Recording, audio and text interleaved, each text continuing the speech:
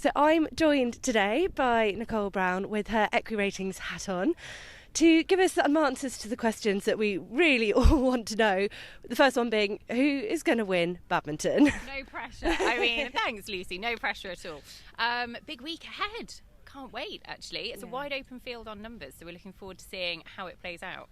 And to give us a bit of background about EquiRatings for those that are perhaps new to it and things, it's a data analytics company. Is that fair to say? Can you tell us a bit more about what that actually means? Yeah, absolutely. It is a data analytics company, but in this instance, it's being able to find the stories and being able to tell the stories of the event. So, you know, Michael Young won Kentucky last week, but it was our analyst that found that it was going to be a world record score, and that was the headline that ultimately everybody led with. But it's being able to add the excitement and the context to the competition.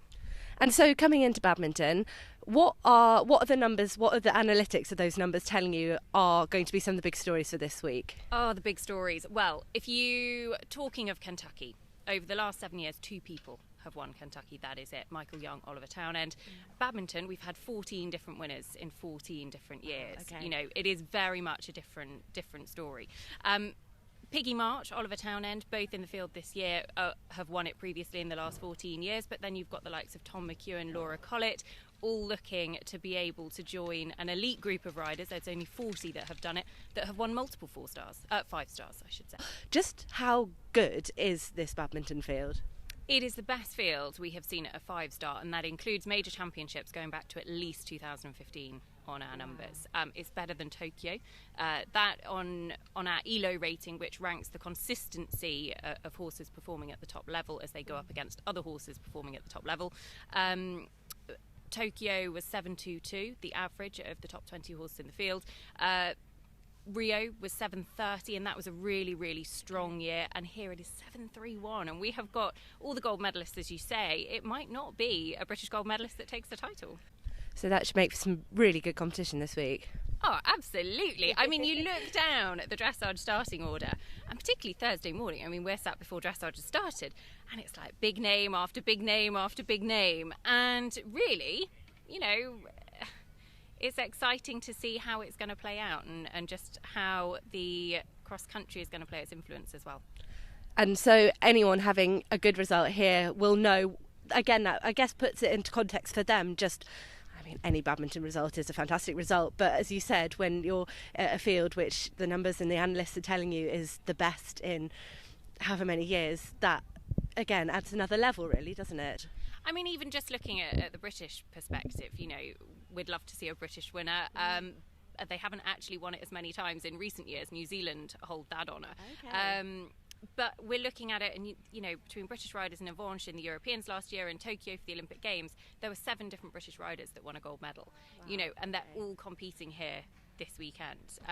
6 of them on the same horse as Piggy March with Veneer Chimera, who is of course the defending champion. We shouldn't forget about Veneer Chimera, even though Brookfield Innocent, the horse she rode at the Europeans, isn't here through injury. So it is just an exceptionally strong field, and whoever wins here this weekend will have won a proper 5-star. And so we've talked about the strength of the field, we've talked about the 14 different winners. What other numbers, what other statistics or analytics can you give us in terms of stories that could come out this week? So there's a really interesting one, it's a really fun one, I love it, in so much as cross-country clear rate. So jumping clear cross-country at 5-star is tough to do. You know, getting to a 5-star is tough, to jump clear cross-country is tough. To put that into context, globally the average is just over 1 in 2 will jump clear on Saturday.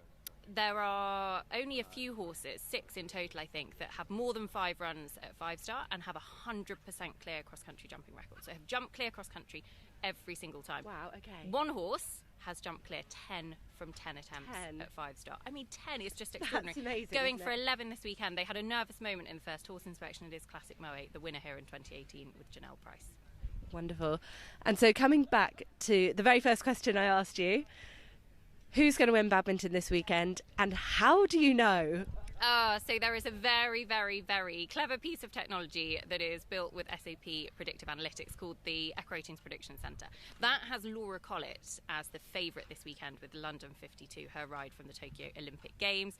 She actually has a 15% win chance, so that is a 15% chance she'll win, but actually an 85% chance she won't win. So it is a wide open field. To put that into context, last week in Kentucky is a very recent comparison. Michael Young, Fisher Chipmunk FRH, went into the competition with nearly a 40% win chance. So just putting that into context, we've seen two very, very different 5-star fields. Laura Collett's the favourite on paper, but it is wide open.